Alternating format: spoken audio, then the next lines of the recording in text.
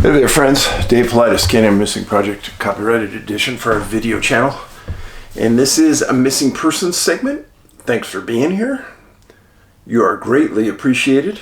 And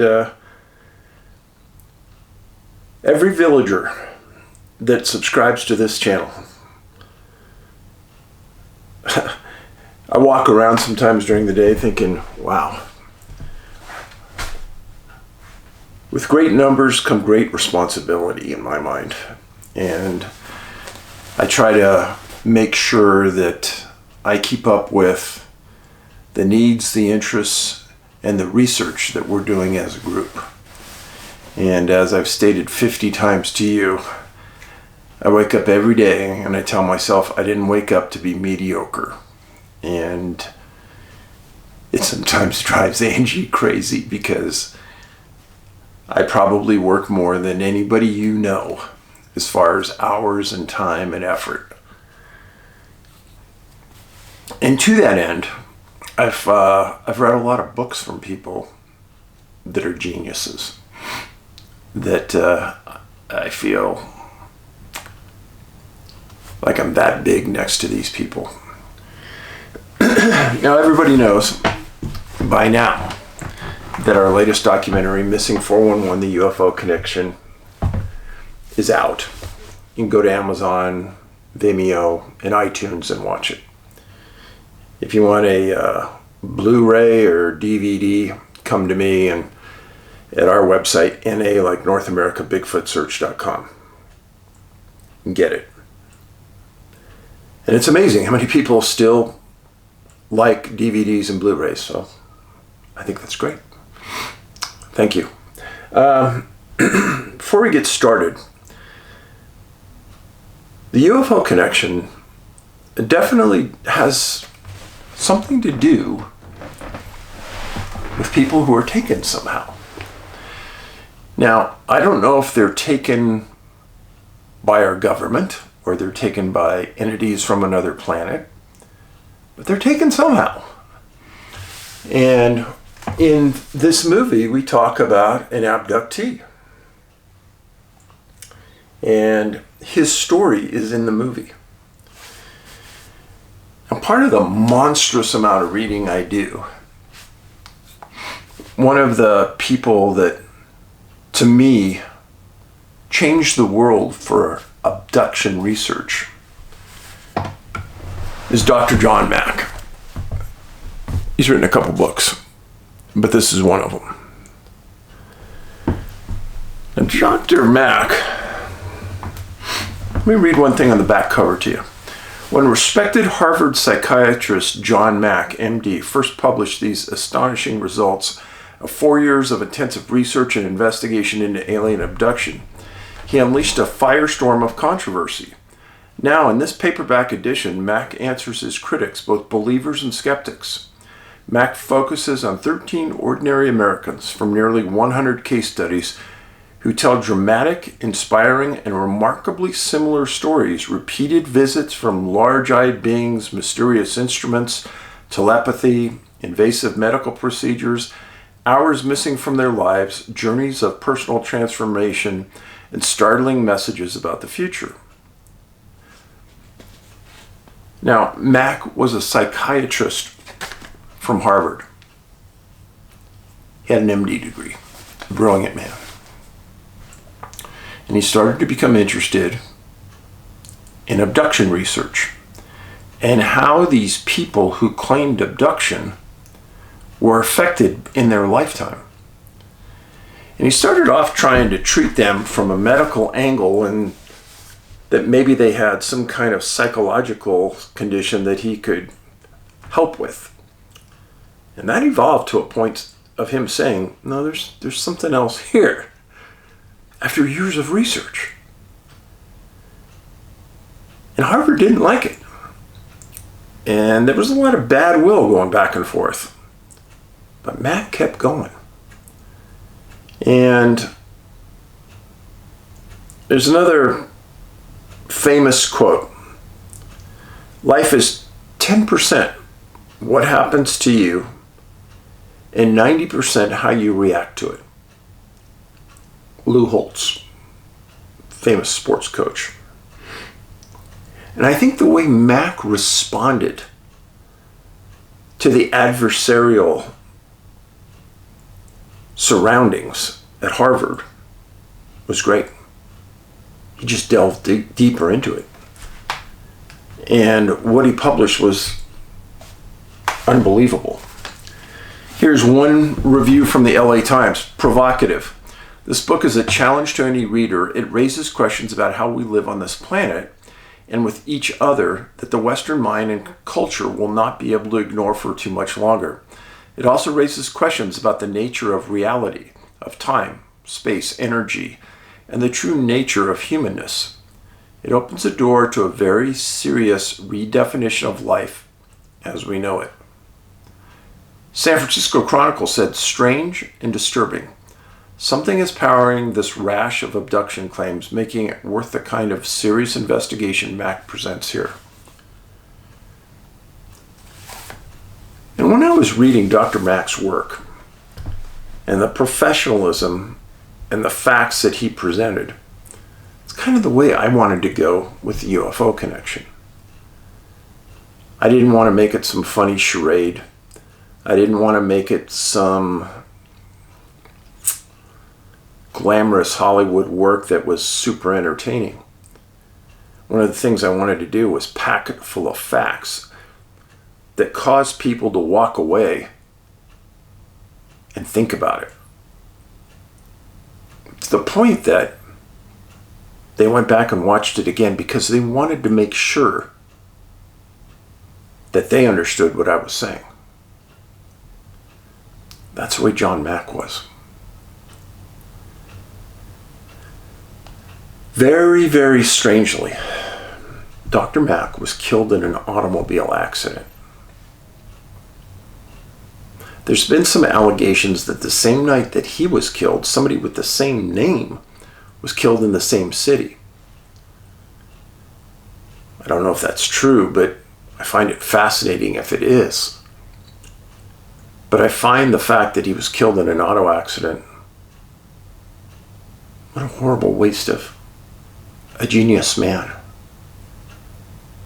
And when I heard that, it just pummeled my heart. But every once in a while, I'm gonna bring up a book or an author that really turned things for me. And this is about missing people, and John Mack was all about missing people. Missing for a time and then returned. And it was those people that he interviewed. So in my work, the vast, vast majority are gone, not found. But in Mack's work, this was about the people that did return. So he was able to interview them. So thanks for hanging with me there. Hopefully I gave you a little interest into something else to pursue that I believe is 100% factual, coming from somebody that was an astounding researcher themselves. All right. Boy. A couple of videos ago, I asked you to look into someone who was selling our Missing 411 poster that Ben and I did for $3,000 on eBay. Well, wouldn't you know it, that person got a hold of me and threatened me.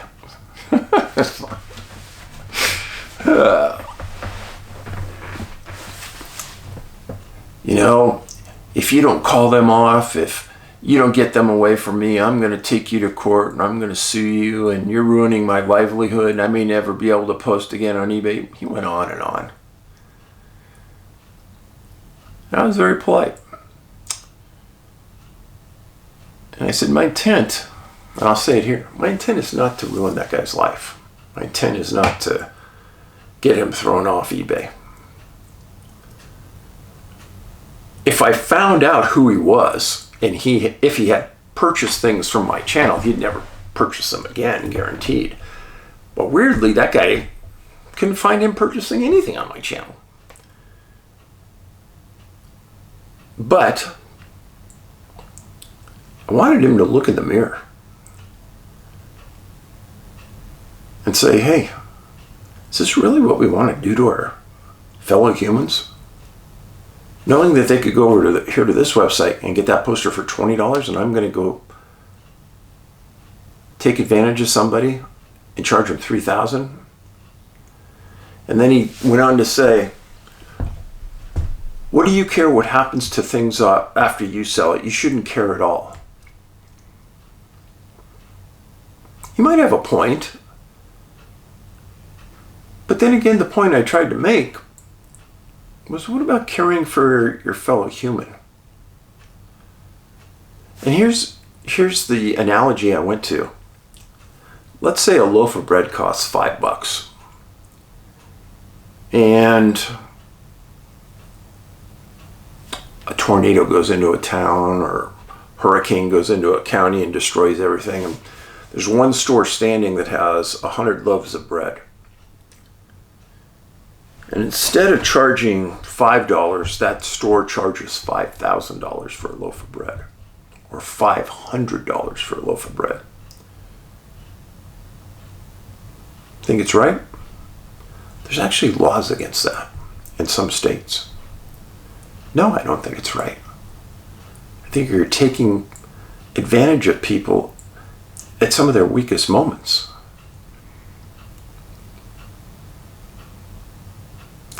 So I sent the person a very polite email going back to say, hey, look in the mirror.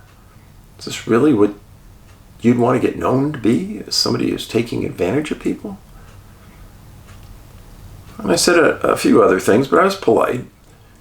And I said, if you think you're going to intimidate me, then you have the wrong guy. And I don't wish to do him any harm, but I do wish that he would not sell our items at such a price that people are getting ripped off. And if you notice, I took down those posters. I took them down for a reason. It seemed to center on some bad mojo. I had many people saying, Dave, when those posters are gone, that's it. And you're giving them away at $20. You really shouldn't be. They should be between $50 and $100. Maybe true, and maybe if it was that price, then the people that are thinking about ripping off others would look at that price and say, well, that's a lot of money to take a huge risk. So maybe I won't buy them. I don't know. But I don't want Ben's work or my work to be associated with somebody like that. And that's the reason they were taken down. But thank you for everybody who did the work on that to identify this person. I think he's gotten the understanding that probably shouldn't have done that. And if he hasn't, well, karma will get him in the end. Now, a couple weeks ago, somebody asked me, said, Dave, what's the one thing out there that you really get tired of answering? Well, that's pretty easy. About every week, at least a dozen people send in an email saying, hey, have you heard of this case and this and that? And they're either villagers or they're people that watch my work. Here's the frustrating part. 99% of those, we've done a video on them. Have you heard about this case? Yeah, we did a video about it. Why don't you watch our videos? Instead of going out there on the internet and trying to search up more cases, why not just watch? I don't get it. And we have about 440 videos. Now, as you're looking at the screen in front of you, down in the bottom left, it says Can-Am Missing Project and our little logo. Click on that. That'll take you to another screen. Click on that screen where it says videos, and that'll shoot you all the videos we've done. If you look at the screen you're looking at now, look at the bottom of the screen where it says comments. In those comments section, the number one comment is from me. And I usually list all of our most watched videos, our classes, national parks, etc. So it'll give you a good stomping ground to work on. But yeah, that's my number one pet peeve, because I don't understand how people miss that. I don't get it. Okay, so on to some interesting letters. Hey Dave, I just finished listening to your post on February 5th, 2023.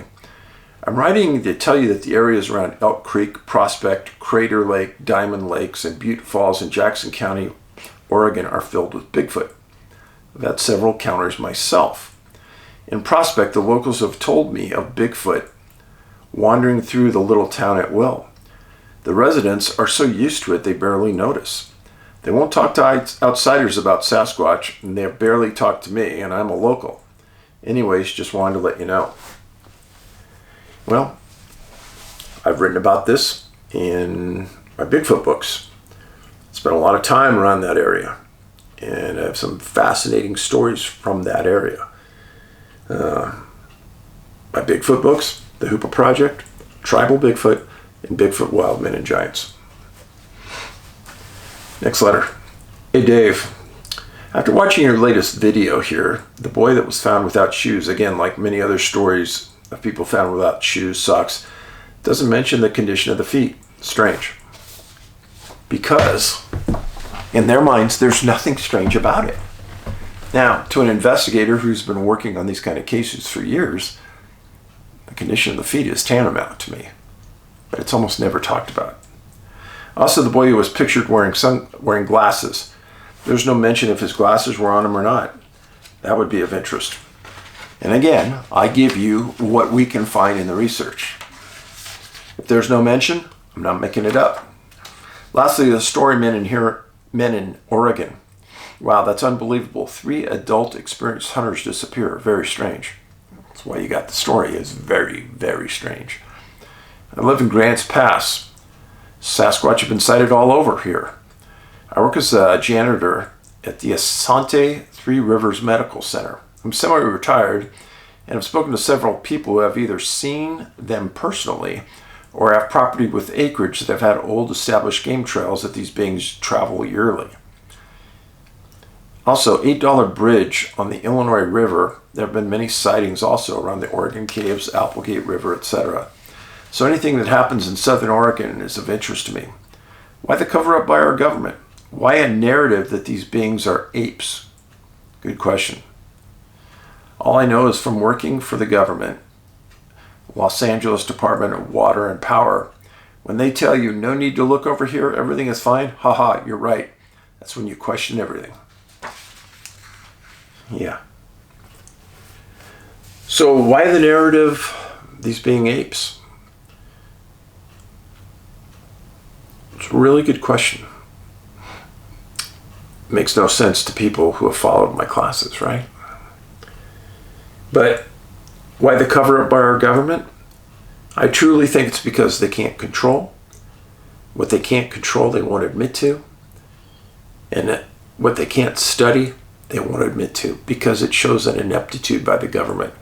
And a government never wants to show its weaknesses. Remember that. Next one. Hey Dave, how are you? I'm good, thanks. I love your videos. Well, I appreciate that.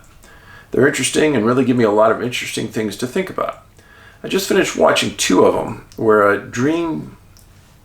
videos where a dream told someone where to find the body of a missing person. Afterwards, you wondered if we have a soul which communicated that information to the dreamer. That is what made me finally decide to write to you, because I've thought about writing before. When Ben passed, I'm so sorry for your loss. But I didn't, because whenever I've shared this with anyone, they didn't believe me, and that bothers me a little. By the way, I'd happily take a polygraph to prove I'm not lying. Why would I even bother? Because I wish people who are grieving could have some comfort like I do regarding lost loved ones, and also to be able to live life without fearing death. It's a happier life. I still grieve for those who have passed on, but I think I feel much worse if I hadn't experienced some of the things I've experienced. My first incident with the afterlife was, I worked with a lady whose name was Sandy at an eyeglass case company in Yvon, Massachusetts many years ago. I'd been there about 3 weeks when she told me that her 32-year-old husband had died of cancer and she had a 6-year-old daughter at home. She told me that her husband still lived with them, and one day he was in the car with them and warned her of a bad accident they were approaching. She told me that he often made it known that he was in her home. I asked her if I could spend the night with her at her house to see if I could see for myself, because I'm fascinated by that kind of thing. And she said I could. The night that I stayed there, I didn't sleep very well and heard every little sound, even the cat on the carpeted stairs, but nothing else. The next morning we were sitting at breakfast table and I made some flippant comment about ghosts. And I don't remember, and her wall phone bounced off the wall. I was stunned, but she and the little girl barely reacted. Sandy just smiled at me. I get up to look at the phone. Remember that type that sat cradled in a metal pair of prongs that went down with the weight of the phone? I picked it up, put it back in the cradle, lifted it out. I couldn't rise and fall on its own. There's just no way. I hadn't doubted what she told me at all, but seeing this for myself was amazing. My next experience happened after I got this book by Rick Stack, Out of Body Adventures, which teaches you how to have an out-of-body experience within 30 days or so. It works. I learned to get into an altered state and find out that when you're in those states, you're able to perceive things that all around us cannot normally see or hear. One time I felt someone tap me on the shoulder. Once I felt a hug. Another time I saw an elderly woman's face peer into mine as I laid in bed. Another time I saw a dog curled up on my round rug at the time. I had no pets. Once I heard lots of people talking in a room that I knew was empty because I was alone. I was never able to turn around and look at my body lying in bed like so many people who have OOBES say they have, or believe my house and fly around the neighborhood like some have. One time I did get up to the ceiling and I saw my left arm through the ceiling in a few inches. My arm looked green and glowing, almost sparkly. One thing that really amazes me is that in this altered state you can see right through your eyelids.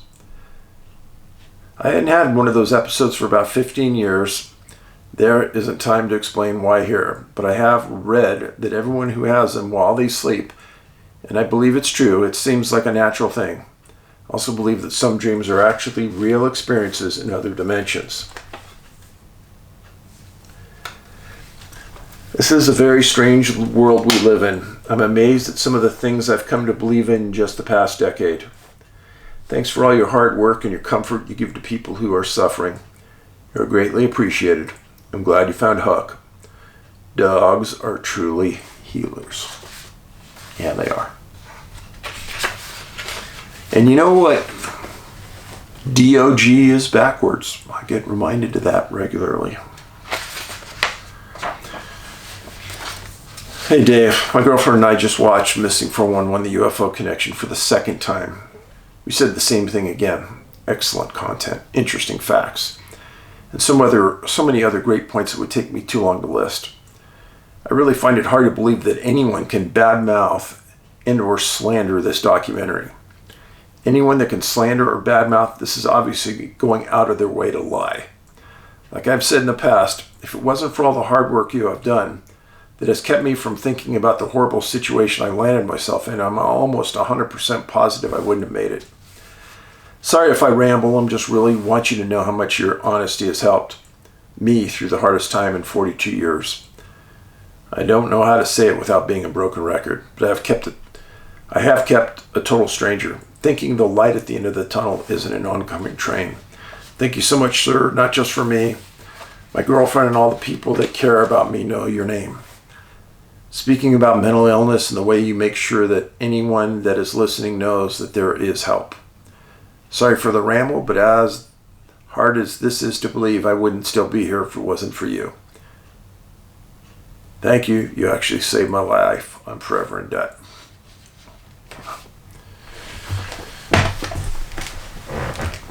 I'm just a normal guy trying to do a good thing, trying to be a good person every time I'm here, trying to be sensitive, show empathy. And I know a lot of people don't get this, but I got it right after I had kids. A friend told me a long time ago, he said, Dave, after you have kids, your life's going to change. Because as you make your life decisions, your kids will always judge you for those decisions. So as you realize that, you'll actually become a better person because you won't want to be judged by the kids as being a bad person. You'll always want to be the best person. And damn if that isn't right. So as I walk around, I think about my kids looking over my shoulder. And I think if I was questioned about a decision or a talk I had, I want to make sure that with a clear mind and a clear conscience, I can defend it. If you don't have kids, it might be a hard thing to do, unless you were solely generating on being that great person we need to be. Next letter. I'm watching your show for quite some time now. I was very hesitant to write to you, but after buying and watching your movie, congratulations. Very compelling and artistically flawless in my humble opinion. I decided to write you, make you aware of my sighting. It happened 3 or 4 years ago. I live in Whitestone, New York, very close to LaGuardia Airport. It was evening, about 9 o'clock, dark. I was heading home to 13th Avenue from College Point. I always loved looking at the planes and watching them as they were approaching the airport. It became a... Let me tell you something, a little side story here. So my dad first became a San Francisco policeman. And he was married to my mom. And back then, young policemen had to ride in paddy wagons so that the policemen on the street put their prisoners in the paddy wagon. The paddy wagon took them downtown and booked them. And that was, when you were a young cop, you just had to do that rotation. My dad was doing that rotation, and the guy who put the suspect or the criminal on the paddy wagon didn't search him.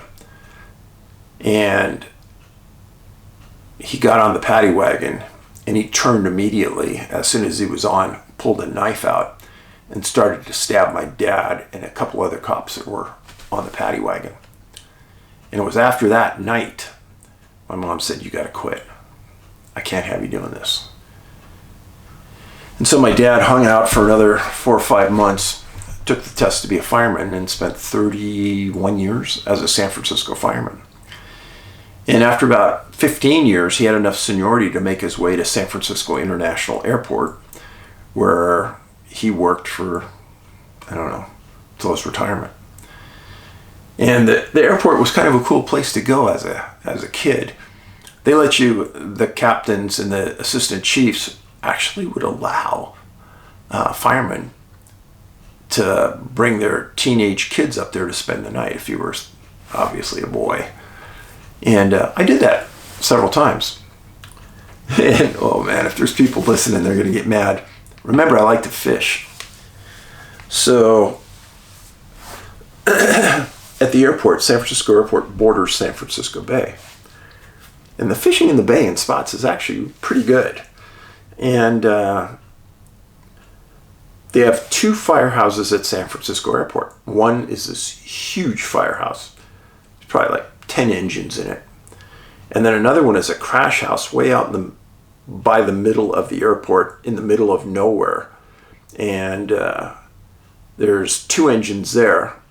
And my dad drove one of the big engines. And he was assigned out there, and he said, hey, Dave, come on out for the day. And there's a great fishing spot right along the runway out there. You'll like it. So I went out there and I fished for a day. I didn't catch anything. But it was kind of cool because planes were taking off and maybe 30 feet from me. It was deafening. And then I came in at the end of the day, and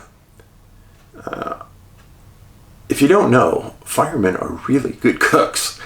And I think there were 12 guys in that house, and they were all really, really good souls. And there's usually one guy that is a primary cook. Second guy is an assistant cook, and those guys work all day on dinner. I mean, it's a big thing. And that was their jobs. And then the other guys had other jobs around the house. But yeah, watching the planes take off and land, I can remember my dad putting me in one of those big fire engines, and he'd say, okay, you got to guess what kind of plane that is. And we would play this guessing game. What's the name of the carrier and what kind of a plane that they were flying.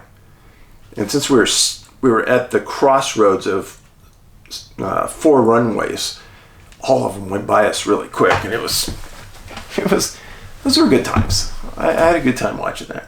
So when this person says, yeah, I have a good time watching the planes, I can remember those days. Still remember it. So, person says, this was no ordinary plane. It was a triangle with one light on each corner, heading directly to the airport. It should have reached the airport in a matter of seconds. The next day I watched the news to see if there was any report about this new type of plane. There was nothing on the news or newspapers or online. Although the sighting is not related to triangular crafts, I thought to mention it because it was extraordinary. A couple of weeks ago I was flying to Greece from France. Approaching France and being over big snow-covered beautiful mountains, the Alps, I saw the exhaust of a craft below our plane. There were 2 columns of vapor forming as the craft was moving from right to left. The extraordinary thing was that I could not see the craft. There was no solid object forming these trails. I could see the ground in front and around the trails, but no solid craft. As it moved away, I saw 2 white lights blinking a little above the craft, but no craft was visible. Our technology obviously is very advanced. It is our technology. Sorry for the long email. Thank you for taking the time to read this. Deeply sorry that this life has dished out such a deep pain for you, but please rest assured that a lot of us are in the similar situation. I know. Chin up. This life needs fighters. We fight. We are good. We are okay. Nobody promised us paradise. Besides, we got no other option. I'm Greek, and I guess the Greek fighter in me is not giving up. I'm 50% Greek, and I'm with you. Please do not use my name if you read this letter online. I'm a professional, and a lot of people know me. I got it. Thanks for the note. Next letter. Hi, Dave. I'm typing this on my phone, so I hope the structure turns out to be okay. I've always wanted to tell you this, but never could bring myself to put it, but here goes. I had a 12-year-old poodle that I considered like a son. And when the terrible day came that he said goodbye, I could barely get on with my life. Probably sounds ridiculous, but he was the closest thing to a son I had. Nope, doesn't sound ridiculous. Anyway, one night, about a year later, I was just so distraught and I fell asleep that way. I dreamt that he was in a little cage with the doors open, with his front paws on the exit and his butt in the air, wagging his tail, all happy, ready to go.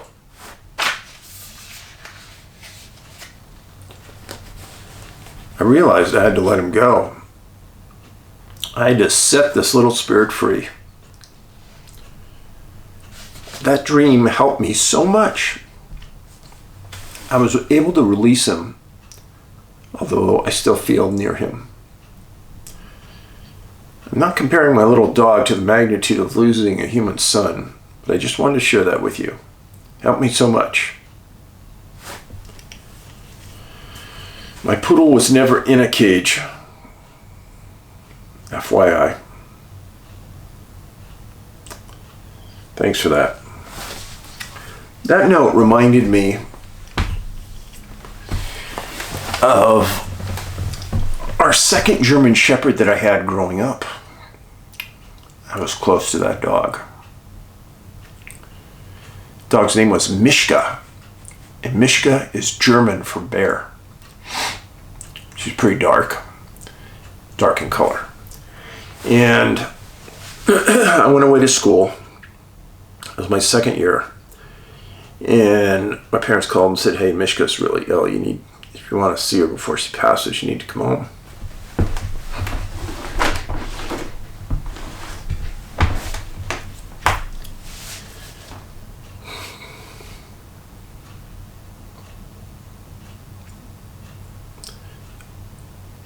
I really don't care what anybody says.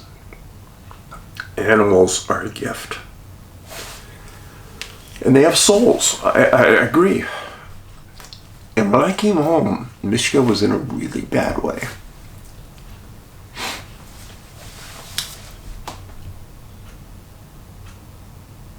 I can remember sitting in the garage, her just laying her head on my lap. Seems like yesterday.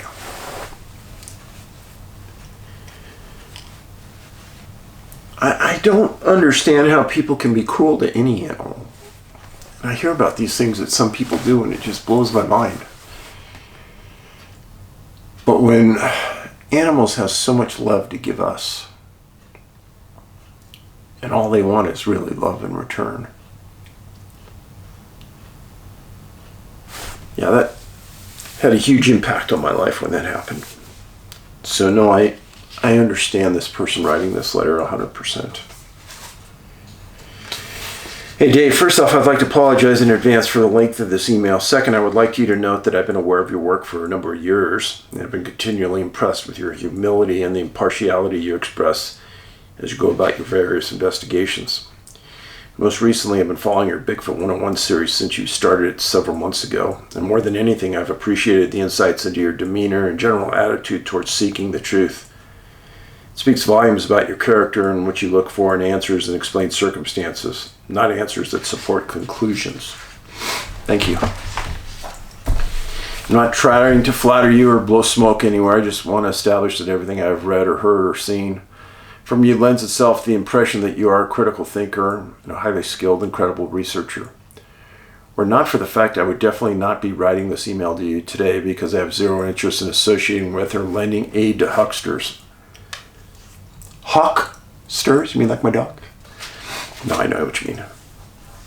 Now that's out of the way. Let me get to the heart of the purpose of contacting you. Again, I apologize for the extraneous information, but this will make more sense with a few sentences of a backstory. Try to keep it as succinct as possible. A number of years ago, I had an idea for a fiction book. I'll spare you the details, but suffice it to say the idea was to formulate a grand unified conspiracy theory, one that could somehow encapsulate most or more esoteric lines of inquiry that plague the tinfoil hat crowd in our current age. The idea I had to serve as the glue for my theory was not necessarily complex, but it realized it would require a fairly in-depth study of early religions in order to credibly address them. So I set about designing what I felt would be a thoroughly comparative study. I started in Mesopotamia as the Sumerians produced our first written records, and immediately found myself at the bottom of the Anunnaki rabbit hole. I'm going to work from the assumption that they have at least a passing familiarity with the topic because I believe I've heard you discuss the Epic of Gilgamesh with reference to Enkidu and the original Sasquatch-like character and written record, but if not, you can rectify it quickly. For context, I had this idea in 2007, so it would be before the advent of truly smartphones, and the only Google reference familiar to me was to Googleplex, not a search engine. I mention this because when I encountered the tale of the Anunnaki as described in the Sumerian tablets, it was not yet inextricably tied to the internet and the Zakarian Stitchin and the Ancient Alien show, thus it required a good bit of digging. From there I moved forward in time and studied other various religions and other original stories, including those of every major indigenous group I could lay my hands on. Needless to say, it's fascinating, and regardless of what belief she may hold personally, there are some aspects to it all that are at the very least highly coincidental if they aren't somehow related to each other. What is salient here is that I've spent the last 15 years poking into nooks and crannies, vacuuming up crumbs of stories that I could eventually piece together into my Frankenstein arch conspiracy to the inevitable delight and amusement of readers. Of course, I haven't finished writing the story yet. Turns out there's a lot of reading to do if you really want to do 12,000 years of history justice. Yes, there is. And somewhere along the line, I decided to go to grad school, so I've been somewhat preoccupied. In fact, I just managed to finish that in August when I got a rather nasty case of COVID, which turned into long COVID, and I've basically been laid up sick watching YouTube for the last several months. And this finally brings us full circle back to your Bigfoot 101 series. I've heard you many times over the years on Coast to Coast, but I haven't ever thought to look you up on YouTube. However, recently on your news segments popped up the YouTube suggestions list, and in it you mentioned the new series, and since then I've watched quite a bit of your content on YouTube. Between back episodes of the Can-Am stuff to all the documentaries, as well as quite a few compilations of Coast to Coast. So why am I writing? Yeah, why are you writing? Because I've been listening and watching the latest few weeks, something has been bothering me every time you've made mention about your profile points. Something trying to wiggle its way to the surface, and I just couldn't put my finger on it until yesterday. I finished watching episode 13, and YouTube had queued up an episode of Coast to Coast featuring you right after. I started to listen, but it was pretty late, and I was actually drifting off in that strange headspace halfway between sleep and wakefulness when you said something to George, and I sat bolt upright in bed like I'd been woken by a thunderclap. You said, referring to missing physicists, that you couldn't think of a single one that wasn't German in descent, or something to that effect. I don't know if you're aware, but the Nazi Party had a credibly documented and truly bizarre cult history. Yes, I'm aware. Its founding and most fervent members were convinced that their race was superior because they of all human species were possessed with the highest percentage of DNA contributed by the Aryan people, an actual Indo-Persian group that migrated up in Europe from what it is Iran today. They believed that the DNA gave them access to special powers and privileges and put them at the head of the line for global kinship left by Earthlings by their alien creators. Now, I won't dwell on this too long, but it struck me that if there were true, monumentally big, if I realize, it might explain why people of Germanic descent get disappeared so frequently compared to others.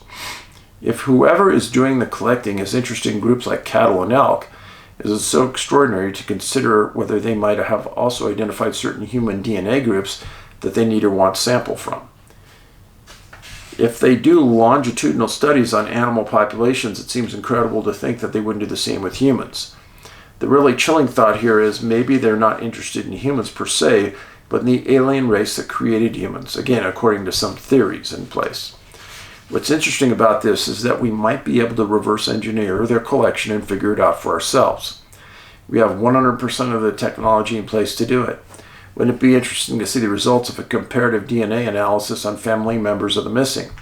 Imagine being able to identify the shared gene segments in abductees and blah, blah, blah, blah, blah. Yeah. I realize this is probably one of the more harebrained theories that has come your way. Oh, no, I've heard it before. I can't imagine what it would take to organize people into such a volunteer study, and the possibility of getting laughed off the planet is real. Well, besides all that, if you study these DNA databanks, there's no privacy with this.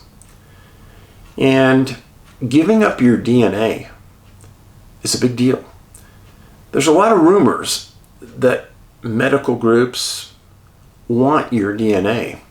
So maybe at some point in the future, if your DNA has a propensity to die when you're 40 with a lot of medical conditions, maybe that medical group doesn't want to take you as a customer, which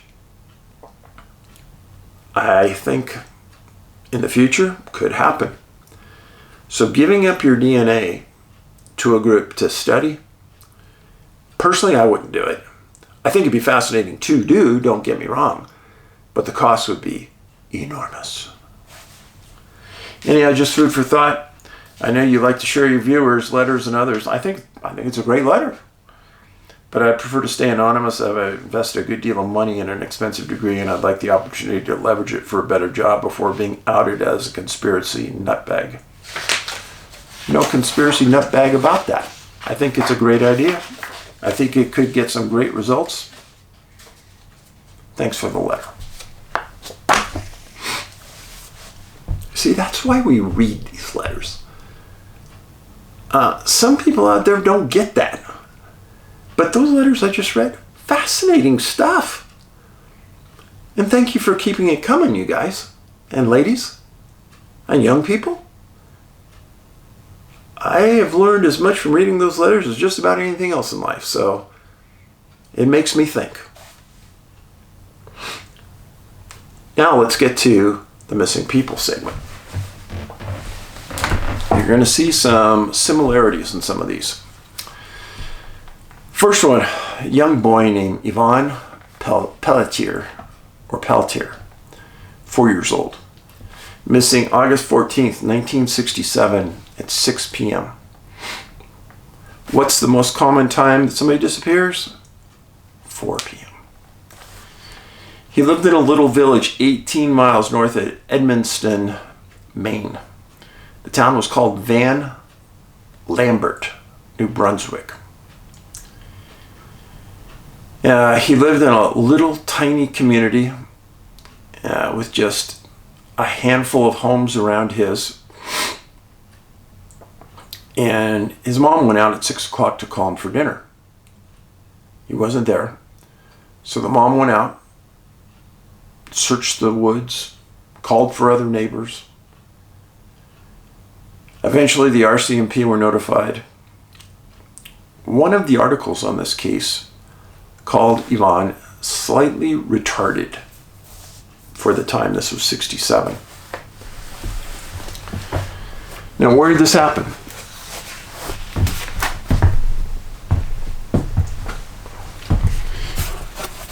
This is the little town of Van Lambert right here. And this is Maine right through here. See that?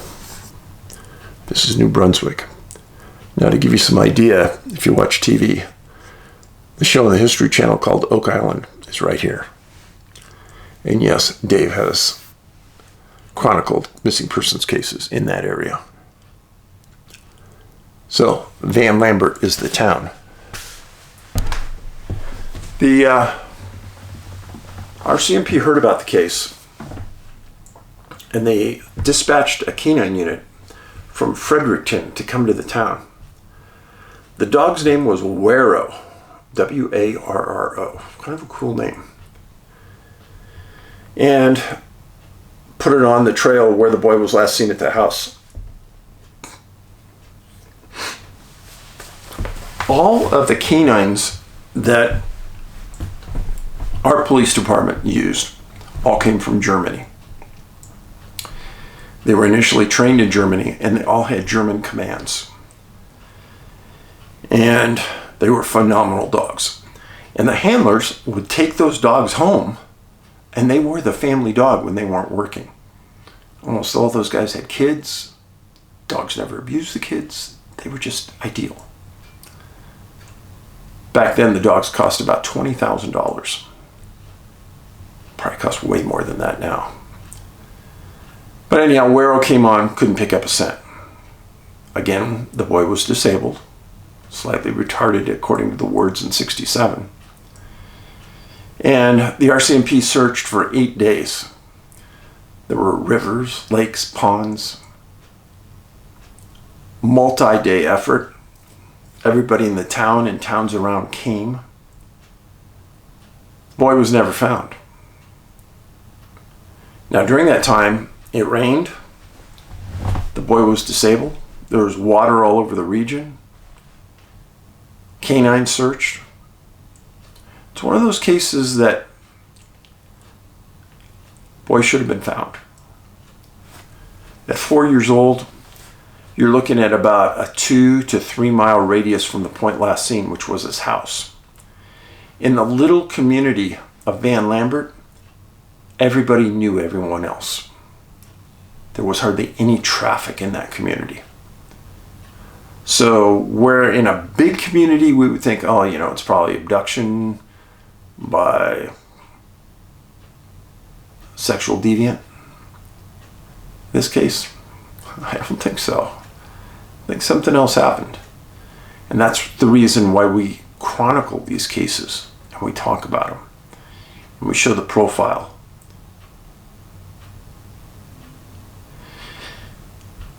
A little boy like that, 4 years old, devastated the parents. You know it did. Changed their lives forever. Next case happened in Oregon. The boy's name was George Haight, 9 years old. He went missing October 11th, 1882, in a place called Cow Canyon. You go, Dave, what are you talking about those old cases? To show consistency, that this has been happening for hundreds of years. It's not something new. Now, in this instance, the article called George half-witted, who needed constant care. So, much like Yvon, probably mentally disabled at some level, he lived in a very lush canyon called Cow Canyon. And this was outside of a place called the Dalles in Oregon. This is the residence in this area. This is the Columbia River. This is Oregon. This is Washington. This is the Dalles. All of this is almost all dead flat. Very, very rolling hills. It has some deep canyons in it that are lush with rivers and creeks and things. This area over here, this is Mount Hood. Now this area around Mount Hood, tons of disappearances. And the mountain itself has cases I've talked about. So this region, very, very suspicious, very, very strange. So he lived in this canyon. And his dad worked during the day. Now let me stop there for a second. The number of cases that we've researched where a young boy disappears or a young girl disappears and the father isn't home is phenomenal. And do I think that that's happenstance? No, I think there's some reason for this. But in this instance, the dad wasn't home. That night he got home, his wife was frantic, and Mr. Haight searched through the night nonstop, screaming for his boy, yelling for his boy. Now, George disappeared with the family dog. We've talked about this before. And I've told you that in almost every instance where the child is found alive or deceased, the vast majority of the time, the dog is found with the child. It doesn't leave the child. Well, in the middle of the night, the first night that George is gone, it's raining like mad, a huge rainstorm. And the family dog came home. Now, Mr. Haight was out in the middle of the night looking for his son. Again, it's very rare that a dog comes home. Mr. Haight worked all the way through the night. The next morning, 3 miles from the residence, they find George deceased. There was never a cause of death listed. There was no description of the scene. And this was in a cluster zone of missing people. Within that cluster zone of Mount Hood, the Dalles. Now, how many people out here have followed the 15 or 16 episodes of the Bigfoot class, Bigfoot 101? Raise your hand. Oh, okay, good amount of people, thanks. Well, you've heard me talk about a researcher named Peter Byrne. Peter was a big game hunter. And he was actually hired by governments to track down killer tigers. He was a really, really big name back in the time. Well, in the 70s, he came to the States and he got a grant to study Bigfoot. And where was his Bigfoot study located?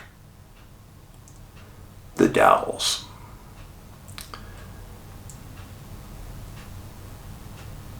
Peter, I've never met him. He has a British accent. He's 91 years old now. Very much the gentleman. I hope to meet him someday. But the Dalles was so close to the site, I just had to mention it. It's too strange. It just too strange. So, George Haight deceased, 3 miles away, right on the outside fringe of where you would find a 9-year-old that was disabled. And you consider the weather, consider his dog. I wish I knew what he was wearing or wasn't wearing, but I don't. Next case. It's a man. And it's in an area that we have talked about several times before. Washington State. Man's name was Hugh McKeever. He was described as an older man. And what does that mean? I'm going to guess he was in his 50s, 60s. I don't know. Probably in that range. So this is a location called Steeken, Washington. This is the Shailen Lake area. And he was on an area called Bridle Creek. This is the Canadian border. This whole area in here, very spooky, lots of missing people, lots of reports of unusual activity. And on this exact location, I've written about and talked to you about people who have disappeared. So he was a prospector, a trapper, and a hunter. Described as a super experienced outdoorsman. He had worked that area of the Steeken and Bridle Creek areas before in the past. Knew that area like you know your backyard. Well, on November 8th, 1894, yeah, long time ago, he left Steeken for a friend's cabin at a place called the Isoletta Mine. And he intended to do some trapping and hunting there. And then he had another cabin on Bridle Creek and had another camp. His expected return date was December 1st. Well, December 1st came and went, and the people in Steeken were expecting him, and he didn't arrive. Well, they thought, man, maybe things were going good for him. They'd wait. But on December 15th, he hadn't returned. And two of the toughest, most experienced mountaineers in all of Washington were his friends. Guys' names were M.A. Almendinger and J.W. Horton. And they left Steeken and they went up into that area because they knew it to look for their friend Hugh. Well, immediately they hit bad weather and deep snow. And they had to snowshoe in all the way. They ended up arriving at that first cabin and they found it in tidy condition with food stored, with Hugh's coat sitting on the bed, his rifle leaning on the table, and a scene that they couldn't believe. Everything that he should have had with him was there, especially being it was December. But they thought, well, maybe he disappeared in November. So they dug around the cabin a little more and they found a diary that he had. And the last entry was on November 23rd. Still, that's late to be walking around the woods without a coat. Well, they decided to search the area and they found a lot of animal tracks everywhere. Well, they spent a week and stayed at the cabin searching for Hugh. And then they went to the second cabin and searched another week, and it didn't appear that he ever went to the second cabin. Well, while they were there, it snowed, it rained, brutal conditions. There were subsequent searches the following year after the snow went away by other miners, trappers, and hunters. And Hugh McKeever was never found. But I want everyone to think about this because this is what puzzled Almendinger and Horton. There were some people who thought, well, maybe he went out with his shotgun looking for some grouse. But nobody knew for sure he brought a shotgun. They were mostly trying to find a reason that he would leave without his rifle. And they couldn't find a good reason. So his rifle is there. his coat is there.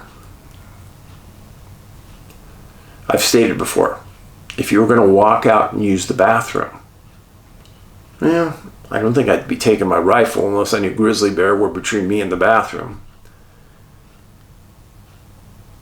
And if it was going to be a quick trip, I probably wouldn't put on my coat. So you try to think of all the theories behind why things would be the way they were, and nothing makes sense. There was a case out of Glacier National Park that I've talked about before, and we've done a video about it, where a young man disappeared from a tent at a campsite. And everything was inside the tent, including his boots. And I've stated to people, well, I've slept in tents before, and I've gotten up in the middle of the night to go to the bathroom real quick, and I come back, and I didn't put my boots on. But then the tent they found of this guy's, the glacier, was collapsed down. And it's almost like something put a hand on it and pushed it down. And everything was there. He was never found either. So Hugh McKeever was never found. It was in an area that we've talked about before. We've talked about people who have disappeared in this area before. Chelan Lake has some of the most strange stories in the world about missing people revolving around that lake. And when you look about that area of northern Washington, especially starting at this location and going east, a lot of strange stuff that goes on. Now, at the time, in 1894, the articles that were written about this, one of them quoted one of the searchers and said, Hugh had apparently disappeared as utterly as though the earth swallowed him up. It's a pretty ominous statement about what happened to this man. So there's your three cases: George Haight, Yvon Pelletier, Hugh McKeever. 1882, 1967, and 1894. I'm sorry, but I do believe that these older cases are just as important as the newer ones. And when you start to establish big numbers of missing people, and you start to see that these older cases are happening in the same places as the more recent cases, they take on that much more meaning. Can you do me a favor? Please make sure that you're subscribed. Please share this video with your friends and on your social media. You can follow me at David Paulides at Can-Am Missing. That's my YouTube. Same thing for Truth Social. And I'm very grateful.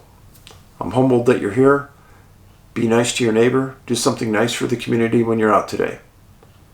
Whether you're at a store, smile. It costs you nothing. Paulides out.